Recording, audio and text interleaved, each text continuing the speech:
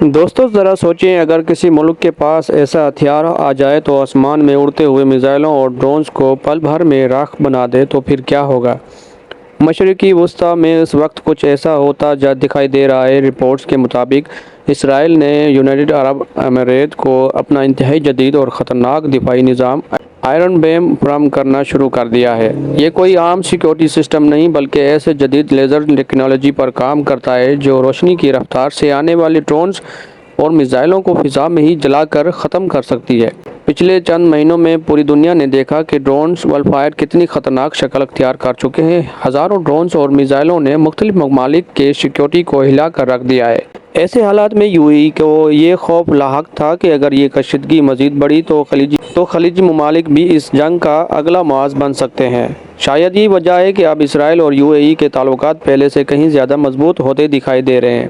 لیکن اصل کہانی صرف ہتھیاروں کی نہیں ہے، اصل کہانی اس اتحاد کی ہے جو خاموشی سے تیار ہو رہا ہے۔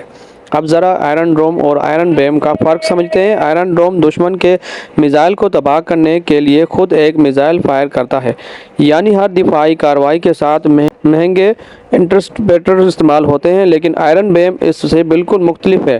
یہ کسی میزائل کا استعمال نہیں کرتا بلکہ طاقتور لیزر شعاعوں کے ذریعے حملہ آور ڈرونز اور راکٹوں کو چند سیکنڈ میں جلا کر راکھ بنا دیتا ہے۔ سب سے حیران کن بات یہ ہے کہ اس نظام کے گولے کبھی ختم نہیں ہوتے۔ جب تک توانائی موجود ہے یہ مسلسل دشمن کے حملوں کو روک سکتا ہے۔ اسی وجہ سے اس مستقبل کے سب سے خطرناک دفاعی ٹیکنالوجیز میں شمار کیا جا رہا ہے۔ خبریں یہ بھی کہتی ہیں کہ اسرائیل صرف ہتھیار ہی فراہم نہیں کر رہا بلکہ وہ اپنی خفیہ معلومات، حقیقی وقت کی نگرانی کا نظام اور فوجی تعاون بھی یو اے ای کے ساتھ شیئر کر رہا ہے۔ اور یہ وہ بات ہے جو ایران کو سب سے زیادہ پریشان کر رہی ہے۔